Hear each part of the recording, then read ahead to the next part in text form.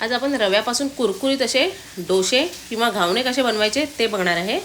त्यासाठी मी हे 1 वाटीभर बारीक रवा घेतला आहे, 1 चमचा जिरं घेतलं आहे, मीठ घेतलं आहे चवीनुसार आणि 1 ग्लास भरून पाणी टाकून छान असं आपल्याला हे मिक्स करून घ्यायचं आहे आणि 5 मिनिटं झाकून ठेवायचं आहे।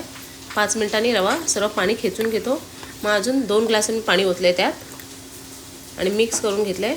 त्यात कोथिंबीर टाकणार आहे मी थोडीशी, 2 चमचे बाजरीचं पीठ टाकणार आहे मी, कारण ते माझ्याकडे होतं अवेलेबल म्हणून थोडंसं टाकणार आहे। नाहीतर रवा डोसाला पिठाची काही जरूरत नसते, किंवा तुम्ही तांदळाचं पीठ पण वापरू शकता जर टाकायचं असेल तर। पॅन आपलं छान तापलं आहे, असं कांद्याने मी तेल लावून घेते सर्व पॅनला।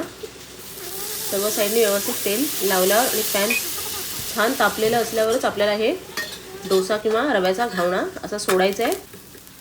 वरून मी 1 चमचा तूप सोडलं आहे आणि छान असा क्रिस्पी आणि कुरकुरीत झाला आहे आपला हा रव्याचा डोसा।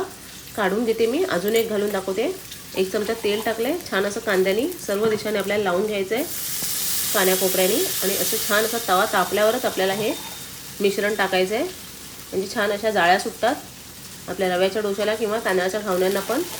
असंच करायचं आहे। छान एका साईडने भाजलं आहे, पलटून घेतलं आहे मी, आता काढते हा पण। असे आपले क्रिस्पी आणि कुरकुरीत रव्याचे घावणे डोसे तयार आहेत। नुसत्या चहाबरोबर पण खूप छान लागतात। जर तुम्हाला चटणी पाहिजे असेल चटणी बनवून त्याच्यावर पण खाऊ शकता।